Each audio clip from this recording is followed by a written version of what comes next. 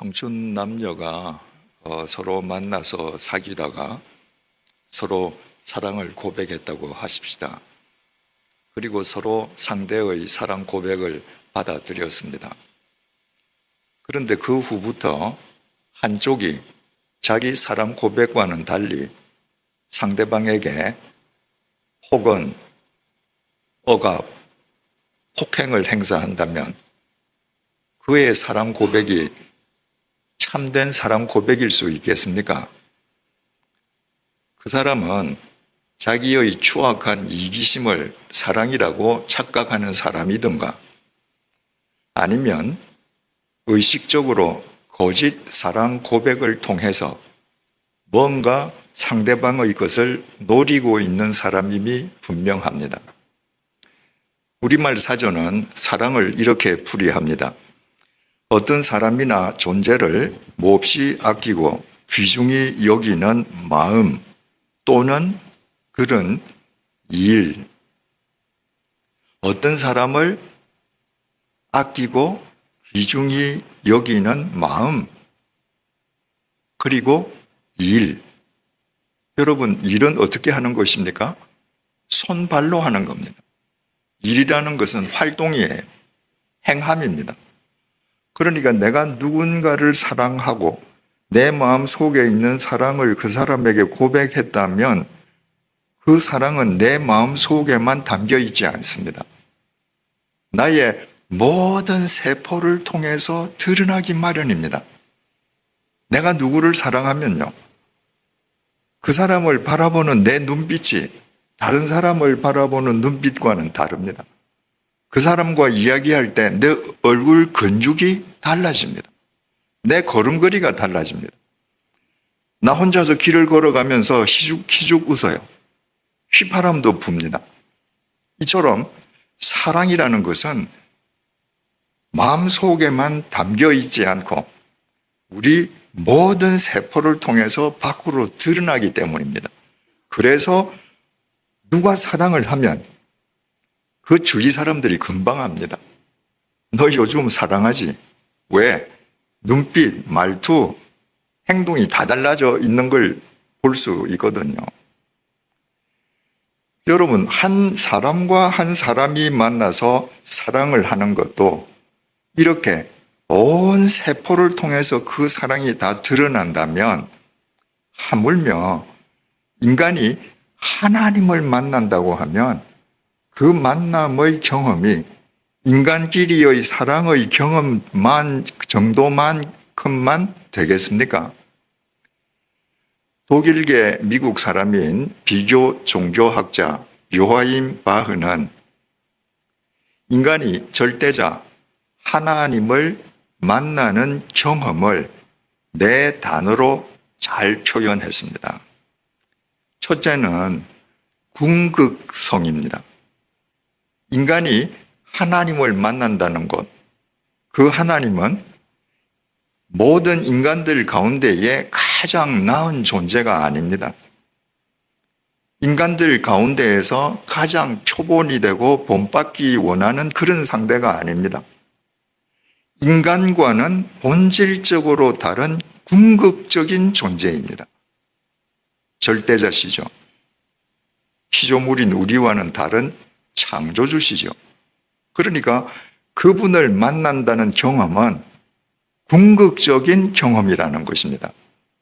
두 번째가 전체성입니다.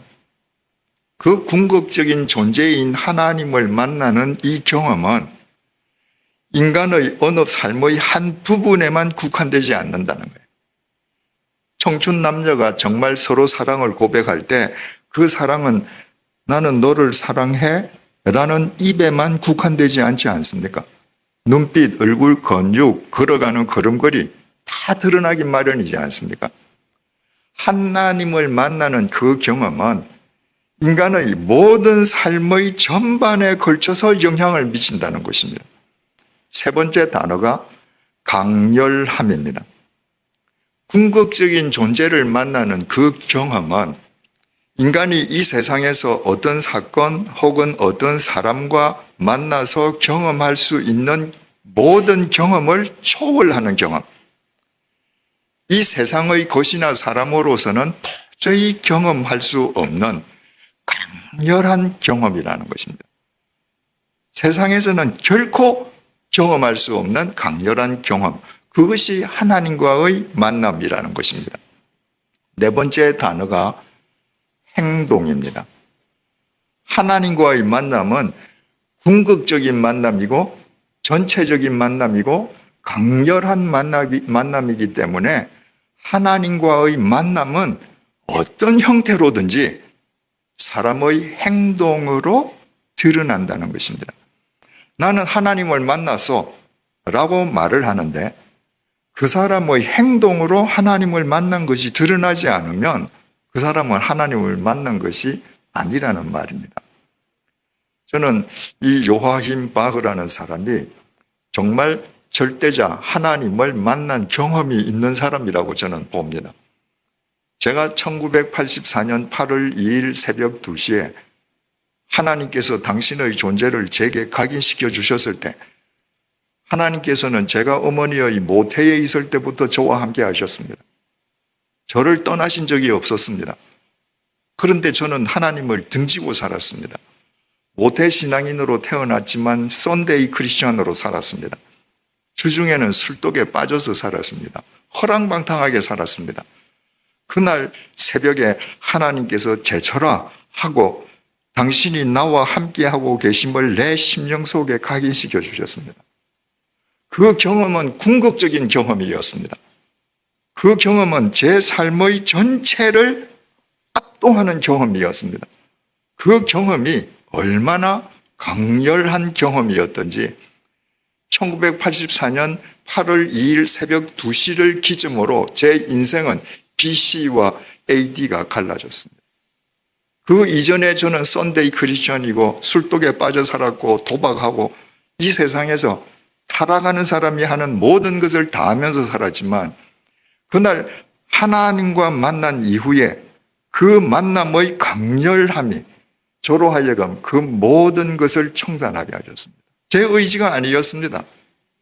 제 능력이 아니었습니다. 그분과의 만남이 저를 새로운 삶을 살도록 견인해 주는 원동력이 되었던 것입니다. 결국 요하임 바흐의 이 네 단어를 결론적으로 말씀을 드린다면 또 어저께 우리가 함께 생각했던 그 주제와 연결시켜서 생각한다면 하나님을 만난 인간이라면 하나님 앞에서 자기 말씀을 부인하면서 하나님의 말씀에 순종하는 삶을 살아갈 수밖에 없다는 것입니다. 여러분, 신약 성경의 순서를 잘 보십시오. 신약 성경의 제일 첫 부분은 복음서입니다. 마태, 마가, 누가, 요한, 사복음서 아닙니까? 이 복음서를 한마디로 간략하게 표현하면 주님께서 제자들을 만나주신 기록입니다. 보잘것없던 인간들에게 예수님께서 찾아가 주신 거예요. 그들을 부르셨습니다. 그들은 예루살렘에 있는 율법 교사나 서기관들과 달리 배운 것이 없는 사람입니다. 무식합니다. 가난합니다. 신분이 낮습니다. 그런데 주님께서 그들을 부르셨습니다. 그리고 당신의 제자로 삼아 주십니다. 그 경험이 얼마나 궁극적이고 전체적이고 강렬했던지 복음서에서 주님을 만났던 사도들은 그 주님의 은혜에 자신들의 행함으로 응답할 수밖에 없었습니다. 그래서 복음서 다음에 사도행전이 나옵니다. 사도행전이 뭡니까? 사도들의 행함의 기록입니다.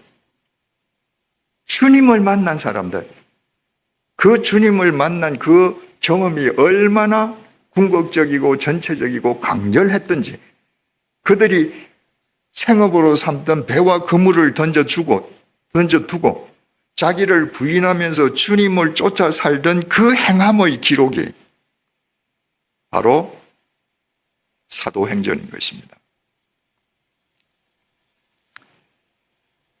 오늘 본문은 그 사도들이 사도행전에서 사도행함의 삶을 살았던 그 기록의 첫머리입니다. 1절입니다. 함께 보시죠. 데오빌로요. 이 사도행전은 누가 썼습니까? 누가라는 사람이 썼습니다. 그죠? 누가가 지금 사도행전을 쓰면서 자기가 쓰는 사도행전을 받아볼 수신자의 이름을 먼저 불렀습니다. 사도행전을 1차적으로 받아볼 사람의 이름이 데오빌로라는 사람이에요. 데오빌로요. 내가 먼저 쓴 글에는 지금 사도행전을 기록하면서 누가가 자기가 데오빌로에게 먼저 써 보내었던 글에 대한 이야기를 먼저 합니다. 누가가 데오빌로에게 사도행전을 쓰기 전에 먼저 써 보낸 글이 무슨 글인지 혹시 아십니까? 바로 누가복음입니다. 누가가 누가복음을 데오빌로를 위해서 써서 보내었습니다. 그리고 또 두 번째 편지를 쓴 것이 사도행전인데 그것 역시 데오빌로에게 써 보내는 거예요. 그래서 데오빌로요. 내가 먼저 쓴 글에는 바로 내가 먼저 보내었던 누가복음에는 지금 자기가 먼저 써 보내었던 누가복음의 핵심을 설명하는 겁니다. 내가 먼저 쓴 글에는 무릇 예수께서 뭐 하시며 행하시며 여러분들 연필이 있으면 동그라미를 쳐두세요. 무릇 예수께서 행하시며 가르치시기를 시작하신부터 지금 누가가 데오빌로에게 사도들의 기록을 써보내는데 그 이전에 자기가 먼저 쓴 누가복음의 핵심을 이야기하면서 누가복음의 핵심은 예수의 행하신 일, 예수의 행하심이 제일 먼저 나옵니다. 그 단어가. 새 번역이 이렇게 더 쉽게 번역을 했습니다. 데오빌로님, 나는 첫 번째 책에서 예수께서 행하시고 가르치신 모든 일을 다루었습니다. 일반적으로요, 사람들은 예수님 하면 가르치신 선생님으로 인식합니다. 신학교도 예수님을 가르치는 선생님이라고 더 기중 있게 말을 합니다. 사람들과의 생각과는 달리 누가는 예수님의 그 일생을 이야기하면서 방점을 어디에 찍었는가? 예수의 행하심을 첫 번째로 방점을 찍었습니다. 2절 역시 1절의 부연 설명입니다. 2절을 보시겠습니다. 그가 택하신 사도들에게 성령으로 명하시고 승천하신 날까지의 일을 기록하였노라. 세 번역을 제가 다시 읽어볼게요. 잘 한번 들어보세요. 거기에 나는 예수께서 활동을 시작하신 때로부터 그가 택하신 사도들에게 성령을 통하여 지시를 내리시고 하늘로 올라가신 날까지 하신 모든 일을 기록했습니다. 내가 누가복음을 당신에게 먼저 써보내었는데 그 누가복음의 핵심은 예수께서 활동을 시작하신 날로부터 승천하실 때까지 그가 이 땅에서 행하신 모든 일, 활동을 기록했습니다. 예수님의 행하심을 강조하고 있습니다. 여러분, 신약 성경은 말입니다. 이 땅에 오신 예수님께서 십자가에 못 박히시고 부활 승천하신 뒤에 약 30년의 세월이 흐른 뒤부터 신약 성경이 기록되기 시작했습니다. 그러니까 그 신약 성경이 나오고 나서부터 사람들은 신약 성경으로 사람들을 가르치기 시작했습니다. 글로 된 신약 성경으로. 그때는 파피루스에 적힌 성경, 쪽 성경들이죠. 그걸로 사람들을 가르쳤습니다. 그런데 성경으로 글로 기록된 신약 성경이 나오기 전에 예수님의 행하심이 먼저 있었습니다. 성자 하나님이 인간의 몸으로 이 땅에 강림하신 행하심이 먼저 있었습니다. 그 성자 하나님이 예루살렘 로마 제국 황궁이나 예루살렘 헤롯 궁이나 총독의 관저가 아니라 저 빈민들이 모여 사는 그 갈릴리 빈민들과 함께 생활하셨습니다. 당신을 찾아 나오는 모든 사람을 빈부 귀천을 가리지 아니하고 병을 고쳐 주셨습니다. 주님께서 그 모든 행하심은 인간을 구원하시기 위한 행함이었습니다. 그래서 주님께서는 인간을 구원하시기 위해서 죄의 값은 사망이므로 당신이 인간의 죄의 값을 대신 치르시기 위해서 십자가에서 당신이 제물되어 돌아가시는 고난을 스스로 당하셨습니다. 그리고 죽음의 한가운데에서 죽음을 깨뜨리고 사흘째 되는 날 부활을 행하셨습니다. 이처럼 주님께서는 행하심의 주님이셨습니다. 그 행하심의 주님을 제자들이 만난 거예요. 그 행하심의 제자들을 주님이 만나고, 제자들이 그 주님을 만나고 난 뒤에 그 제자들이 행함의 사람으로 바뀐 것입니다. 그래서 우리말 사도행전이라고 기록되어 있지만 사도행전은 헬라어의 그 본 의미를 제대로 전달해 주지 못합니다. 헬라어로는 사도행전을 이렇게 부릅니다. 프락세이스 아포스톨론. 프락세이스라고 하는 것은 프락시스, 행함이라고 하는 단수, 프락시스의 복수형입니다. 행함들입니다. 아포스톨로는 사도들입니다. 그러니까 우리처럼 사도행전이 아니라 헬라 말로는 사도들의 행함들이라는 겁니다. 사도들이 주님을 만나고 저 감정에 복받쳐서 그날 하루 행했던 것이 아니라 주님을 만난 이후에 그 행함의 주님을 만난 이후에 밤낮으로 행함의 사람이 되어서 살았고 심지어는 마지막에 순교할 때까지 자기를 부인하면서 주님의 말씀을 쫓아 행하며 살아가는 사람으로 살았습니다. 그래서 행함입니다. 행함들입니다. 이 사도행전을 영어로는 뭐라고 번역이 되어 있습니까? acts라고 번역이 되어 있습니다. act라는 것은 단수는 act, A-C-T, 행동이라는 말입니다. 그런데 영어로는 행동, 단수가 아니라 A-C-T-S, 행동들. 강렬하죠.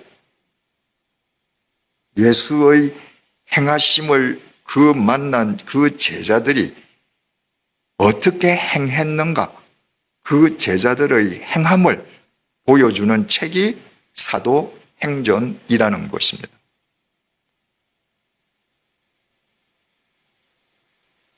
여러분, 이 제자들이 그 예수님을 만나고 나서 행함의 사람들이 되어서 그 기록이 사도행전으로 지금 우리에게 주어졌는데 그들이 그 행함의 사람이 될 수밖에 없었던 것은 그들이 만난 주님이 절대적인 행함의 주님이었기 때문인 것입니다. 주님께서 그 사람들을 불러서 에클레시아라고 불렀습니다. 그 에클레시아라는 것은 주님의 부르심을 받은 사람들이라는 것입니다. 이 에클레시아를 한국 교회는 교회라고 번역을 했습니다. 가르칠 교자를 썼습니다. 그리고 모일 모자, 모임 회자. 에클레시아, 주님의 부르심을 받은 사람들은 어떤 사람들입니까? 주님의 구원의 은혜를 입은 사람들. 그래서 주님의 구원을 받은 사람들답게 살아갈 책무를 지닌 사람들입니다. 그런데 이 에클레시아를 한국 교회가 가르칠 교자를 써서 교회라고 번역하기 시작하면서부터 한국 교회는 가르치려고만 듭니다. 한국 교회처럼 성경 공부가 열심히 데가 없습니다. 그건 어떤 면에서는 좋은 면이죠. 문제는 가르치려고만 한다는 겁니다. 성경 공부 배우려고만 한다는 거예요. 거기에만 재미가 들려 있습니다. 심지어는 1대1로 성경 공부를 가르쳐요. 교회 등록해서 다른 사람 한 사람으로부터 성경을 배우면 졸업하자마자 그 사람이 또 한 사람을 가르칩니다. 자기가 가르치는 대로 살면 세상은 바뀝니다. 그리스도인들은 세상을 가르치려고만 들지 자기네들이 가르치는 대로 살지는 않습니다. 그래서 교회가 조롱의 대상이 되었습니다. 자기들은 전혀 살지 않으면서 세상에서 일어나는 모든 문제에 다 간섭하고 다 가르치려고 그래요.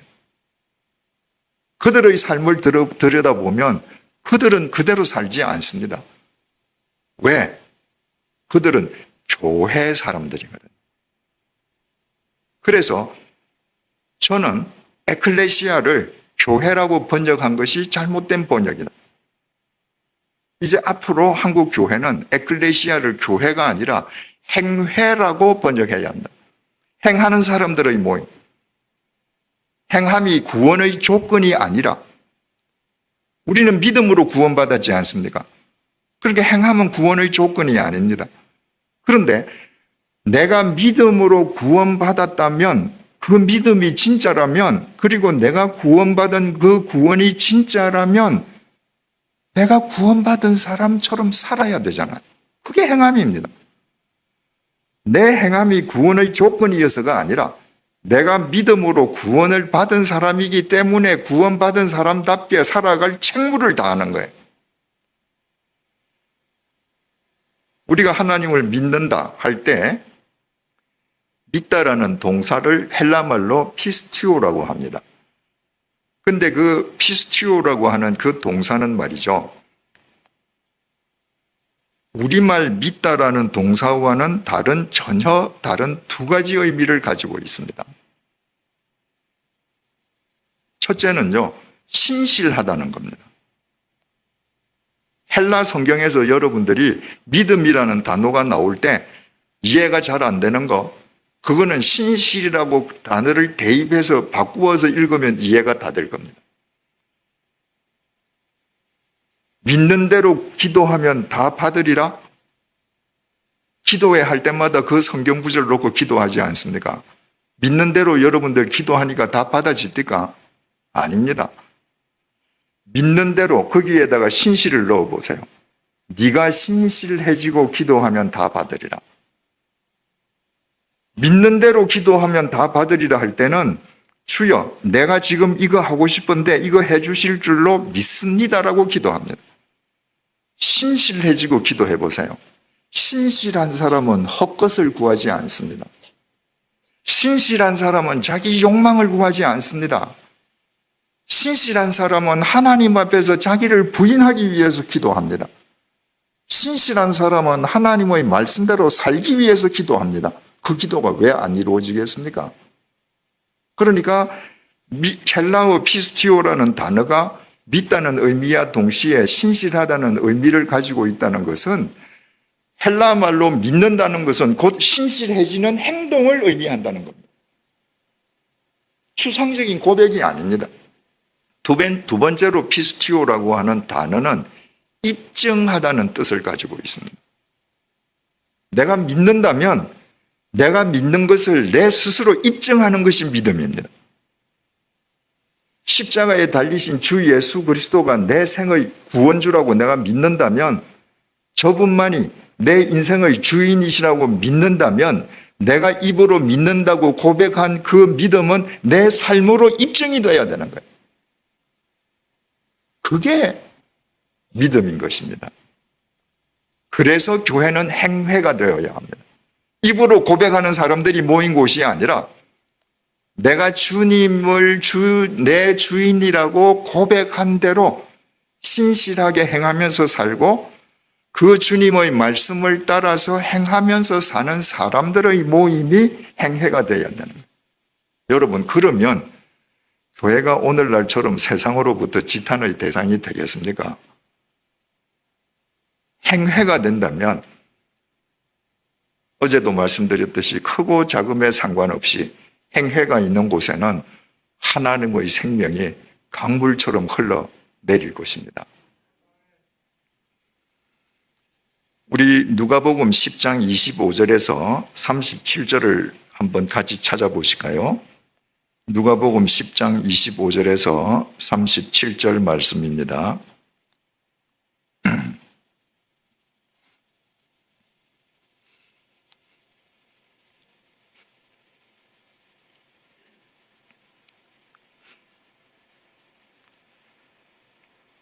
이 말씀은 이 내용은 율법사와 예수님의 대화입니다. 자, 누가복음 10장 25절 제가 읽어볼게요. 어떤 율법 교사가 일어나, 율법 교사는 어떤 사람들이었습니까? 2000년 전에 율법 교사는 하나님의 말씀으로 밥 먹고 사는 사람들, 바꾸어 말하면 하나님의 말씀을 가르치는 자들이, 하나님 말씀을 가르치고 밥 먹고 사는 사람들입니다. 요즘 말로 하면 신학 박사지요. 어떤 율법 교사가 일어나 예수를 시험하여 이르되, 예수님에게 질문을 던졌는데 바른 답을 얻기 위함이 아니라 목적이 예수님을 시험, 올무에 빠뜨리기 위함이었습니다. 율법 교사는 요즘 말로 하면 신학 박사라고 했습니다. 자기는 율법 교사예요. 유대교 내에서 공인된 직책입니다. 그런데 예수는 사람들이 메시아라고 따라다니는데 그에게는 아무런 직책이 없습니다. 그에게는 율법 교사, 무슨 제사장, 아무런 그런 직책이 없습니다. 그런 사람이 도대체 나한테 얼마나 바르게 대답할 수 있는가? 그거 시험하기 위해서 질문을 했습니다. 무슨 질문을 했는가? 선생님, 내가 무엇을 하여야 영생을 얻으리이까? 선생님, 내가 어떻게 영생을 얻겠습니까? 이게 아닙니다. 내가 무엇을 하면 영생을 얻을 수 있겠습니까? 영생은 하나님 나라의 생명입니다. 이 본문이 우리에게 던져주는 이 뉘앙스는, 이 율법 교사는 자기의 모든 행동을 의롭다고 믿는 사람입니다. 자만심이 가득 찬 사람입니다. 나는 지금 의롭게 사는데 내가 뭘 좀 더 의롭게 살아야 하나님 나라 영생을 누리겠습니까? 그리고 예수님께서 뭐라고 대답을 하시든지 간에 자기가 그 예수님 말씀을 반박하고 올무에 빠뜨리기 위해서 질문한 겁니다. 26절, 예수께서 이르시되 율법에 무엇이라 기록되었으며 내가 어떻게 읽느냐? 예수님 답변이, 너 율법 선생 아니냐? 너 하나님 말씀 가르치고 밥 먹는 사람 아니냐? 나한테 묻지 말고 율법에는 뭐라고 기록되어 있는지 지금 네 입으로 한번 읽어보거라. 27절입니다.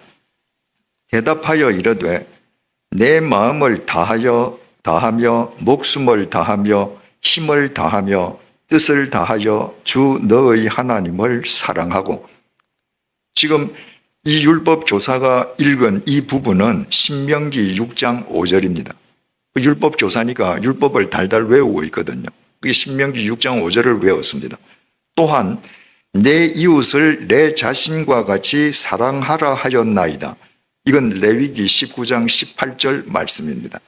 그러니까 율법 교사는 자기는 지금 정답을 이야기하는 거예요. 주님께서 28절에서 이렇게 말씀하십니다. 예수께서 이르시되 내 대답이 옳도다. 이를 행하라. 그리하면 살리라. 네가 지금 네가 굉장히 의로운 사람이라고 자만하면서 나한테 질문을 던졌는데 네가 답을 잘 아는구나. 그렇게 가르치지 마라. 네가 그렇게 행하라. 행하라. 그러면 네가 이 땅에서부터 하나님의 생명을 누릴 것이다. 29절, 그 사람이 자기를 옳게 보이려고, 이것도 알고 싶어서 지금 질문하는 거 아니에요? 주님께서 행하라고 하시니까 또 예수님을 지금 공격하는 거예요.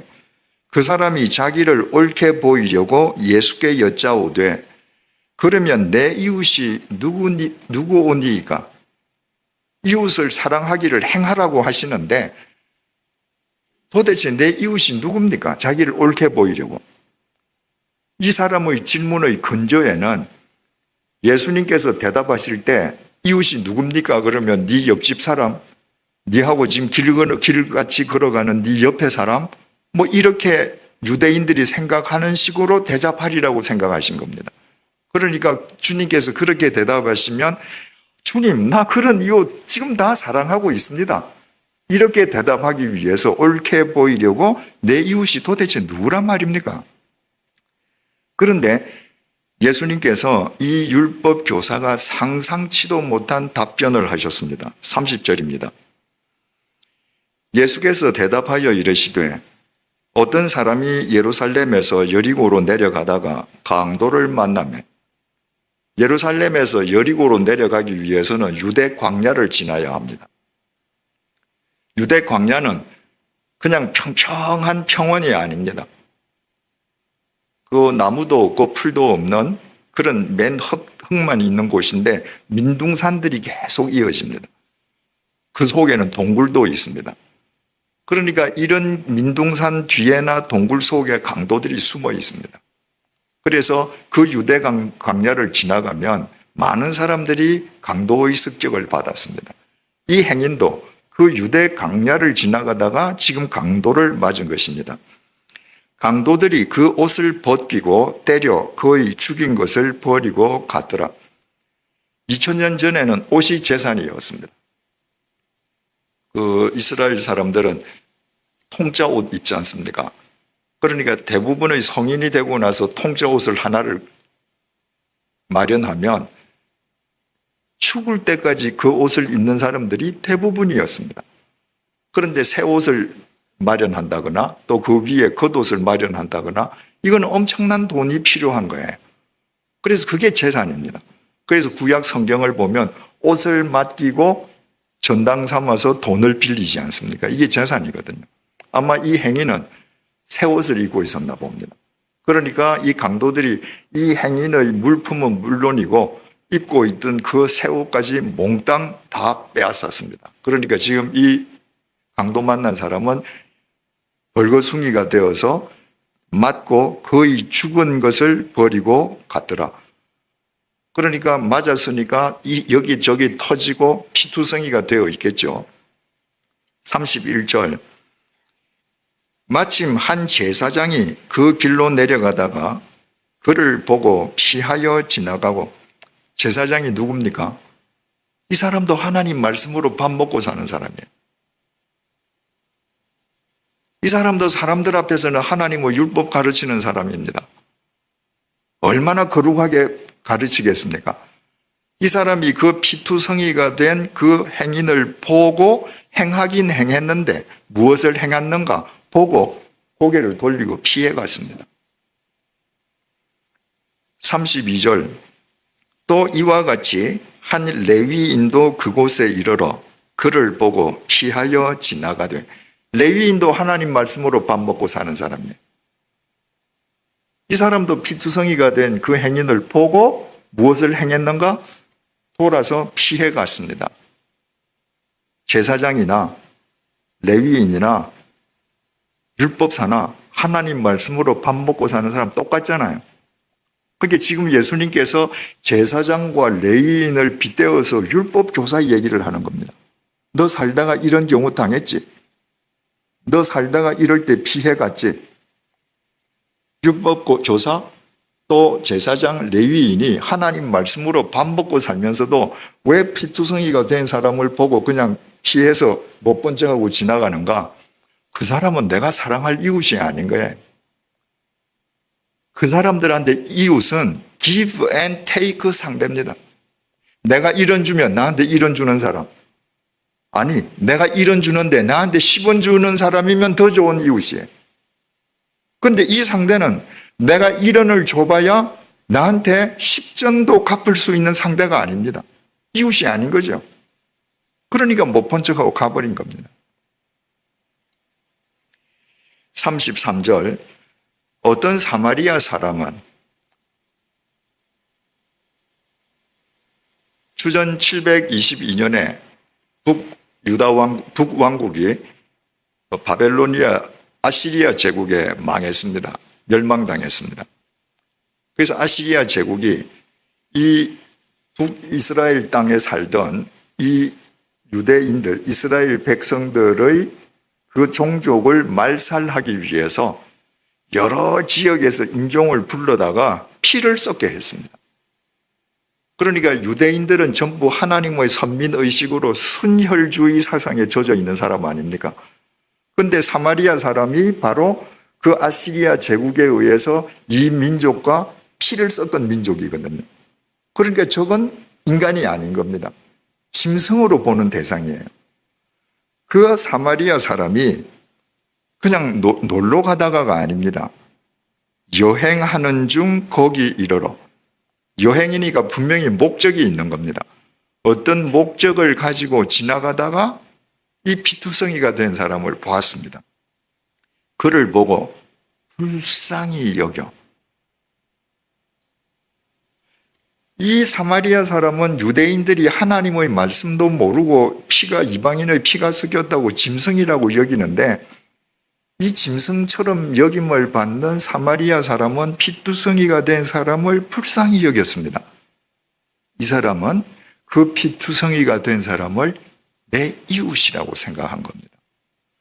그래서 34절, 가까이 가서 기름과 포도주를 그 상처에 붓고, 그냥 불쌍히 보고 지나간 것이 아니라 가까이 다가가서, 행동이죠.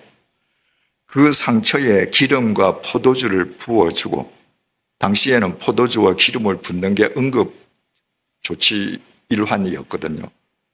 이거 포도주, 기름, 이거 다 값비싼 겁니다.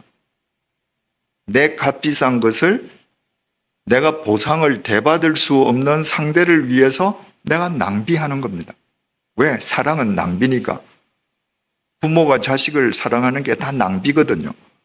그래서 자식을 사랑하지, 부모가 자식을 사랑하면서 현금 출납부 쓰고 뭐 얘한테 얼마 들어가고 그러면 자식 사랑하지 못하는 거죠. 지금 이 사마리아 사람은 사랑의 낭비를 합니다. 그 상처에 포도주와 기름을 붓고 싸매어 줬습니다.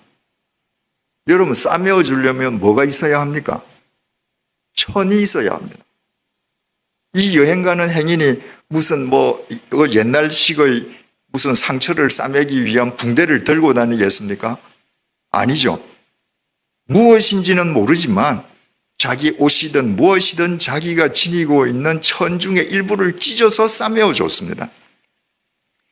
자기 짐승에 태워 주막으로 데리고 가서, 지금 이 사람은 옷도 다 빼앗기고 맞아서 피투성이가 되어서 길에 쓰러져 있습니다. 그 사람을 자기 나귀 위에 태우면 어떻게 될까요? 나귀 안장이 더러워집니다. 꼭 이런 경우하고 똑같죠.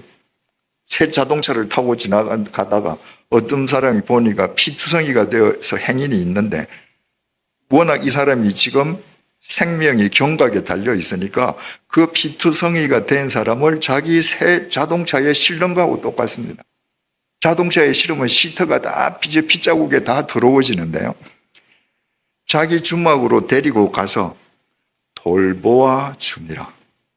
데리고 가서 자, 여기서 한 잔 푹 자, 이게 아닙니다. 간호를 했습니다.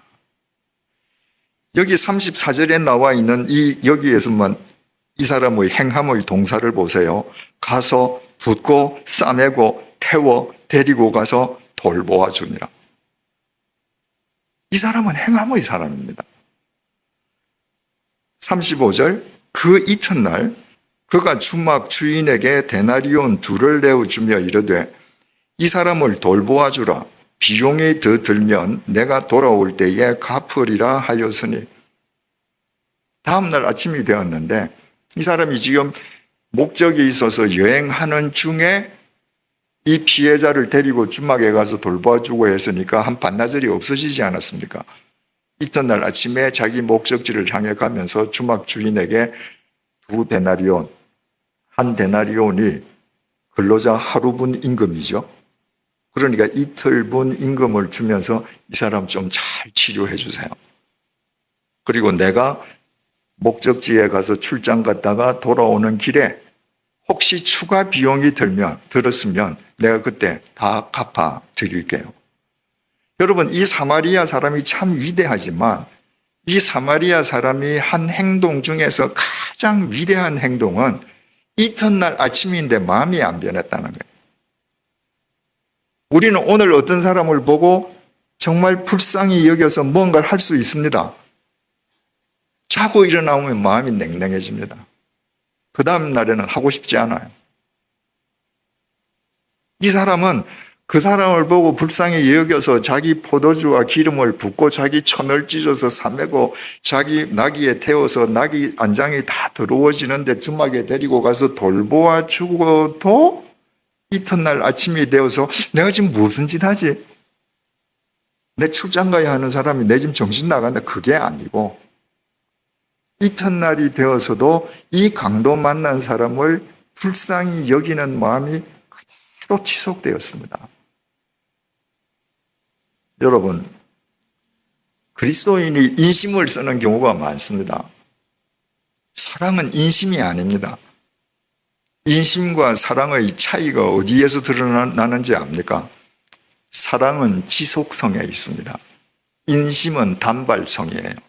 한 번 하고 그 다음에 내 기분 틀어지면 안 하는 겁니다. 근데 이 사람은 인심이 아니었습니다.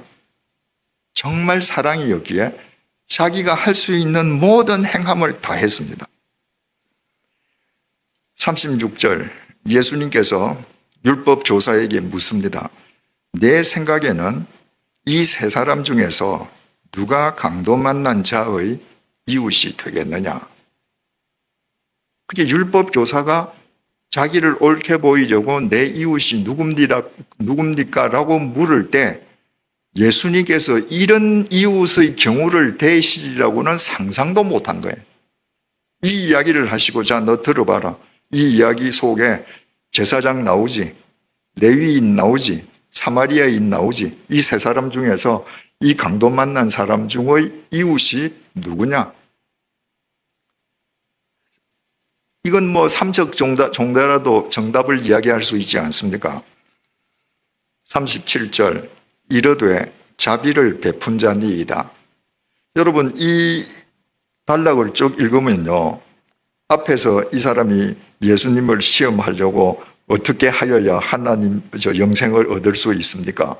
또 내 옳게 보이려고 내 이웃이 누굽니까? 이렇게 얘기할 때는 이 사람이 아주 당당하게 얘기했을 거예요.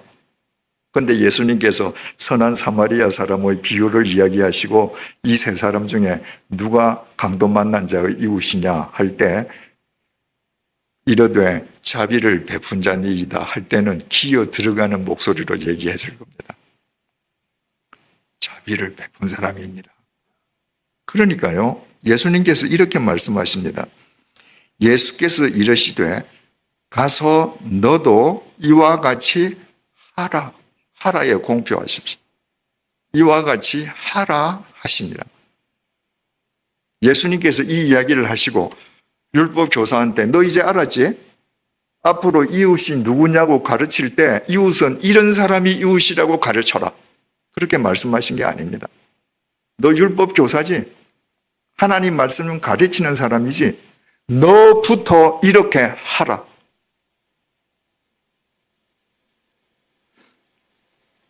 마태복음 7장 21절에서 27절을 한번 찾아볼까요?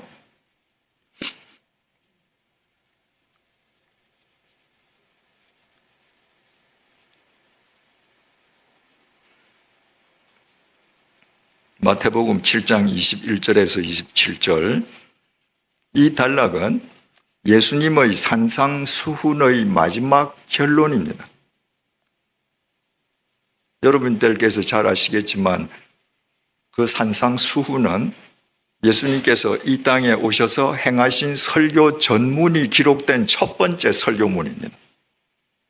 주님께서 산 위에서 모여든 사람에게 설교를 쭉 하시다가 마지막 결론을 이렇게 내리시는 거예요.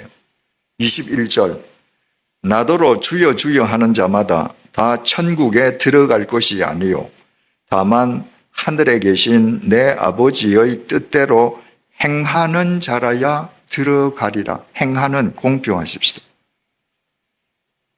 이미 이때 초기부터 예수님을 보고 주여 주여라고 입으로만 주님을 부르는 사람들이 부지기수였던 것입니다.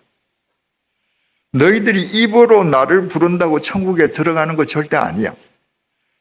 하늘에 계신 내 아버지의 뜻대로 행하는 자라야 들어간다. 아까 믿는다는 동사 피스티오가 입증하다는 의미를 가진다 그랬지 않습니까? 네가 정말 하나님을 믿는다면 네가 행함으로 네 믿음을 입증해야 되는 거야. 그 사람이 하나님 나라 들어가는 거야. 22절, 그날에 많은 사람이 나더러 이르되 주여 주여 우리가 주의 이름으로 선지자 노릇하며 주의 이름으로 귀신을 쫓아내며 주의 이름으로 많은 권능을 행하지 아니하였나이까 하리니. 여러분, 선지자 노릇을 하려면 말씀 많이 가르쳤겠죠. 자기 나름대로 말씀을 통달한 사람이겠죠. 귀신을 쫓아내고 주의 이름으로 권능을 행하면 자기 딴에는 굉장한 기도의 사람이겠죠. 주여 주여 하고 얼마나 기도하겠습니까? 그러니까 귀신도 쫓아냅니다. 권능도 행합니다. 요즘 우리는 다 이런 사람들 보고 성령 충만한 사람이라고 그러지 않습니까? 그런데 예수님께서는 23절, 그때에 내가 그들에게 밝히 말하되 내가 너희를 도무지 알지 못하니 불법을 행하는 자들아 내게서 떠나가라 하리라. 불법을 행하는 자들아, 무슨 얘기겠습니까? 하나님의 말씀을 가리키면서 선지자 노릇도 하고 기도하면서 귀신도 쫓아내고 권능도 행하는데 하나님을 믿어서 하나님 앞에서 자기를 부인하고 하나님 말씀에 순종하기 위함이 아니라 하나님의 이름을 빙자하기 위해서 뭔가 자기 욕망을 채우기 위함인 거예요. 자기 물욕을 위해서, 명예욕을 위해서, 권력욕을 위해서 하나님의 이름을 빙자하는 사람들 다 불법을 행하는 자들이다. 입으로는 하나님 하지만 실제로는 안 믿는 사람들인 겁니다. 24절, 그러므로 누구든지 나의 이 말을 듣고 행하는 자 공표하십시다. 그 집을 반석 위에 지은 지혜로운 사람 공표하십시다. 그리고 행하는 자와 지혜로운 사람을 줄을 그어서 연결하십시다. 하나님의 말씀을 듣고 행하는 사람이 그 집을 반석 위에 세운 지혜로운 사람이 되는 겁니다. 왜 지혜로운 사람인가? 25절, 비가 내리고 창수가 나고 바람이 불어 그 집에 부딪히되 무너지지 아니하나니 이는 주추를 반석 위에 놓은 까닭이요. 여러분, 쉽게 이렇게 설명할 수 있습니다. 인간의 출생은 죽음을 향한 제1보 아닙니까? 출생하는 순간부터 죽음이 카운트다운 되는 거예요. 왜? 영원히 사는 사람이 없으니까. 그러니까 출생했다는 것은 죽음을 향한 열차 위에 탄 거예요. 어느 역에서 내리느냐 그 차이만 있을 뿐인 거예요. 그러니까 인간이라는 건 참으로 허망한 존재입니다. 마치 찢으면 그냥 힘없이 찢어지는 종이 조각 같은 거죠. 그런데 내가 하나님의 말씀을 믿음으로 하나님의 말씀을 행한다. 내가 하나님의 말씀을 믿는 것을 내가 하나님의 말씀을 행함으로 입증하는 것은 이 연약한 종이 쪽지에 불과한 나를 반석과도 같은 하나님에게 갖다 붙이는 거예요. 내 믿음으로 하나님에게 나를 붙이는 거예요. 아무리 태풍이 와도 나는 떨어지지 않습니다. 내 인생은 무너지지 않아요. 나는 이 종이 쪽지 한 장에 불과하지만 내가 붙어 있는 그 반석이 영원한 하나님이시기 때문입니다. 그래서 말씀대로 행하는 자가 지혜로운 자라는 겁니다. 26절, 나의 이 말을 듣고 행하지 아니하는 자는 그 집을 모래 위에 지은 어리석은 사람 같으리니 행하지 아니하는 자 공표하고 어리석은 사람 공표하십시다. 그렇게 해서 그걸 또 선을 그어 놓으십시다. 연결하십시다. 하나님의 말씀을 등지는 사람이 왜 어리석은 사람인가? 비가 내리고 창수가 나고 바람이 불어 그 집에 부딪힘에 무너짐에 심하니라. 인간이라는 게 흙에서 태어나서 결국 한 줌의 흙으로 끝나버리는데, 하나님을 도외시하고 자기를 믿고 자기를 위해서 살아보세요. 어느 날 죽음의 창수가 몰아쳤을 때 그냥 바람처럼 사라져요. 남는 게 아무것도 없습니다. 쇠가 있는데 쇠가 얼마나 단단합니까? 근데 그 쇠에 녹이 나와요. 쇠에서. 분명히 쇠에서 녹이 나왔는데 쇠에서 나온 녹이 쇠를 잡아먹어버립니다. 인간의 욕망이 그렇습니다. 내가 대단히 견고한 인생을 살아가는 것 같은데 내가 하나님을 등지고 내 욕망을 내가 목적으로 삼고 살아갈 때 내 욕망이 나를 갉아먹습니다. 그래서 죽음의 창수가 어느 날 불현듯이 나를 덮칠 때 나는 비명소리 한번 지를 수 없이 내 인생은 끝나버리는 겁니다. 그보다 더 어리석은 사람이 있겠습니까? 자, 그러면 여러분, 여기에서 우리는 대단히 중요한 사실을 하나 정리해야 됩니다. 예수님을 믿는 사람들이 하나님의 말씀대로 행하는 것을 굉장히 어렵게 생각합니다. 왜 그렇습니까? 하나님을 위해서 내가 하나님 말씀대로 산다고 생각하기 때문인 거예요. 여러분, 우리가 하나님 말씀대로 행하고 살아야 되는 것은 하나님을 위함이 절대 아닙니다. 나 한 사람이 하나님 말씀대로 안 살아도 하나님은 하나님이십니다. 내 한 사람이 하나님의 뜻을 등져도 하나님은 당신의 방법으로 이 세상에 당신의 섭리를 성취하십니다. 내가 하나님의 뜻대로 행하지 않고 살아도 하나님에게는 아무 손해가 가지 않는데 하나님의 뜻대로 행하지 않고 살면 나는 망합니다. 나는 죽음의 밥이 되어버립니다. 그러니까 하나님의 말씀대로 행한다는 것은 하나님을 위해서가 아니라 나를 위해서 하는 겁니다.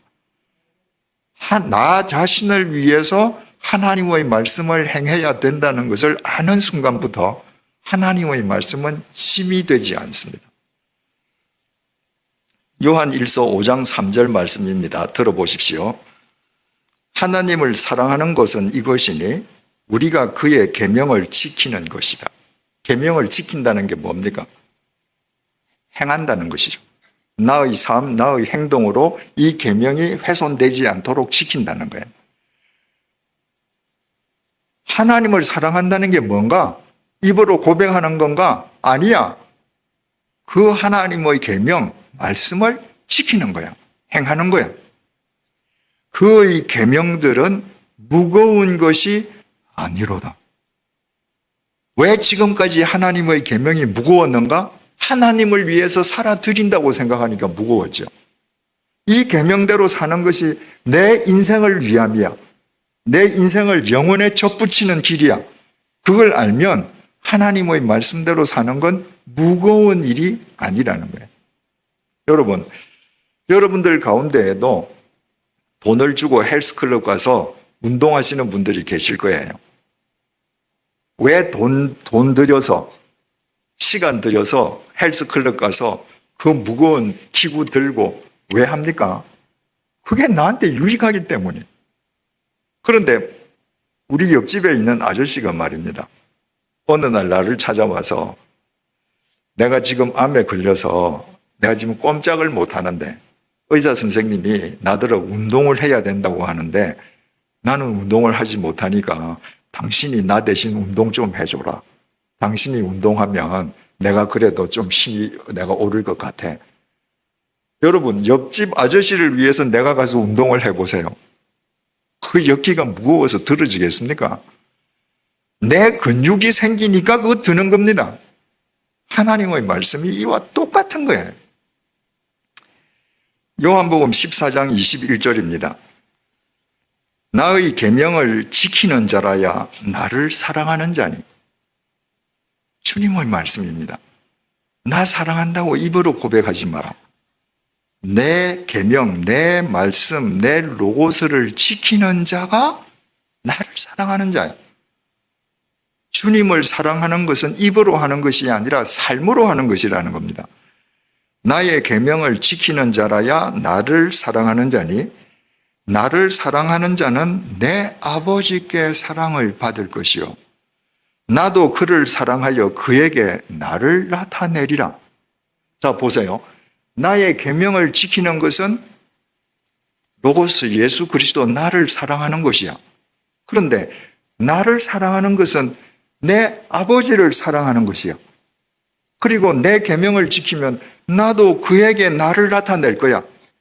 바꾸어 말하면 나도 그와 함께 동행할 거야.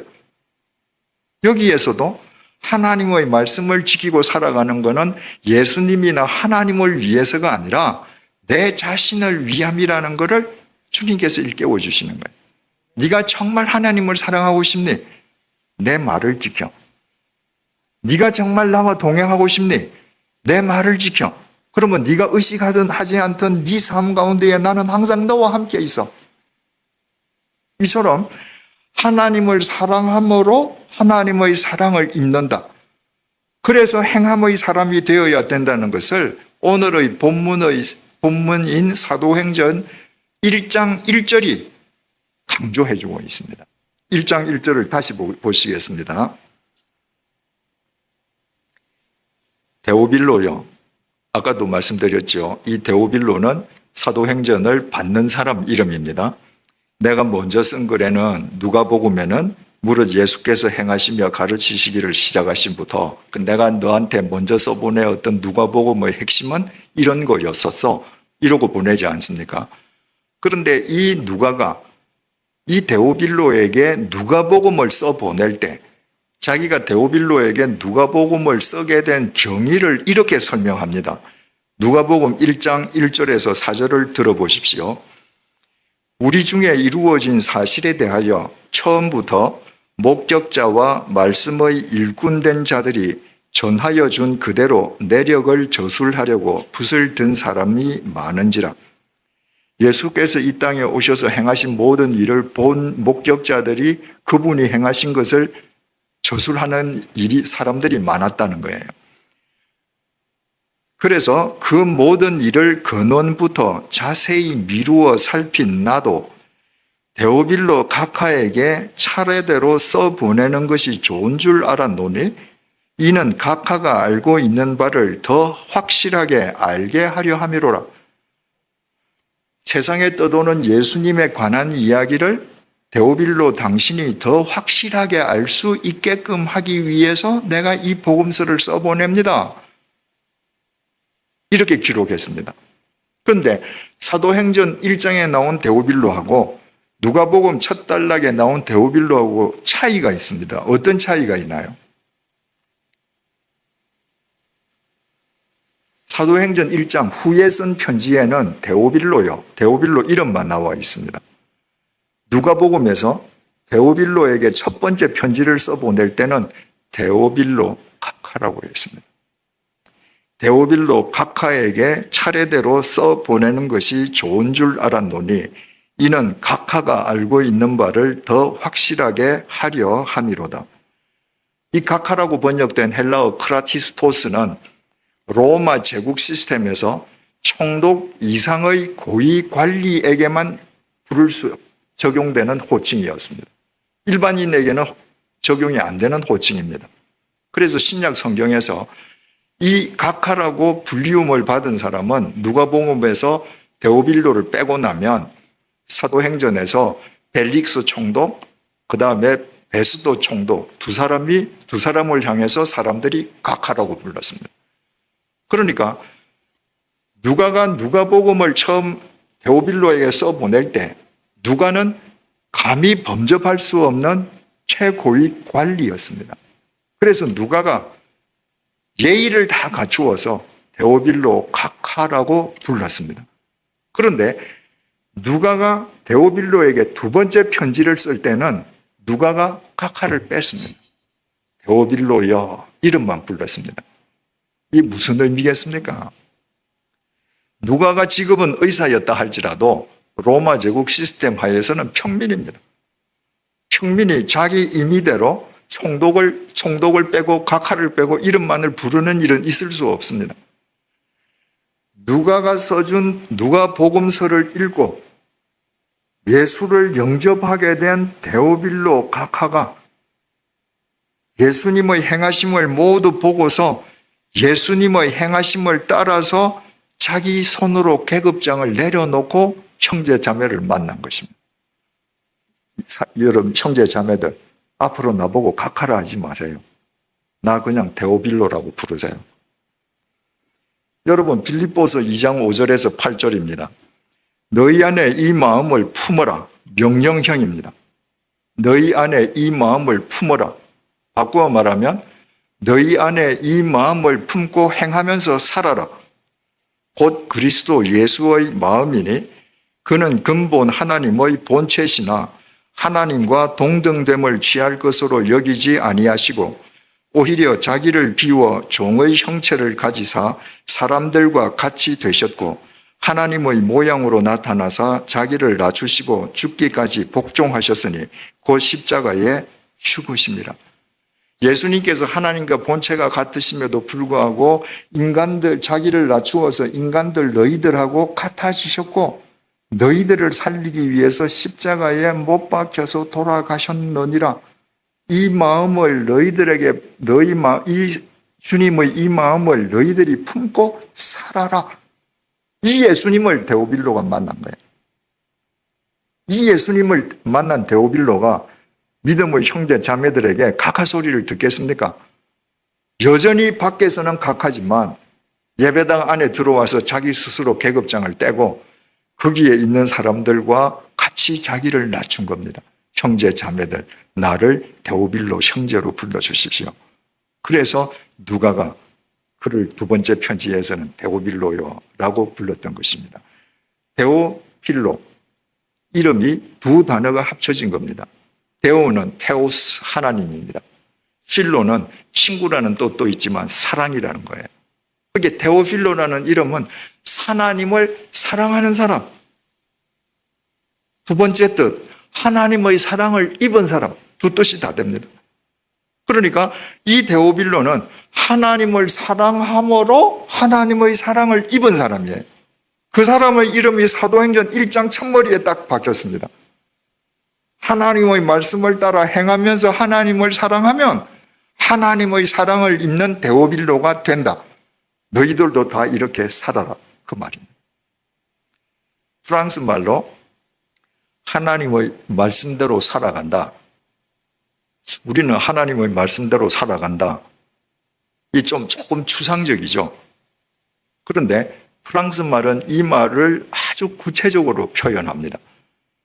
프랑스 말로 하나님 말씀대로 살아간다는 말을 우리말로 그대로 직역을 하면요. 하나님의 말씀을 행함 속에 집어넣는다. 정확하죠. 하나님의 말씀대로 살아간다는 건 하나님의 말씀을 내 손에 집어넣는 거예요. 하나님의 말씀하시는 대로 내 손이 움직이는 겁니다. 하나님의 말씀을 내 발에 집어넣는 거예요. 하나님의 말씀을 내 입에, 눈에 집어넣는 거예요. 그래서 하나님의 말씀대로 행하니까 하나님의 말씀이 내 삶을 통해서 육신을 입는 거예요. 그래서 내 삶이 세상을 변화시키고 하나님이 나를 사랑하는 데오빌로로 삼아주시는 겁니다.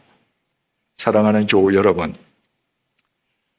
하나님의 말씀을 우리의 손과 발에 집어넣으십시다. 하나님의 말씀대로 행하며 하나님을 사랑하는 데오빌로가 되십시다. 그러므로 하나님의 사랑을 입는 데오빌로가 되십시다.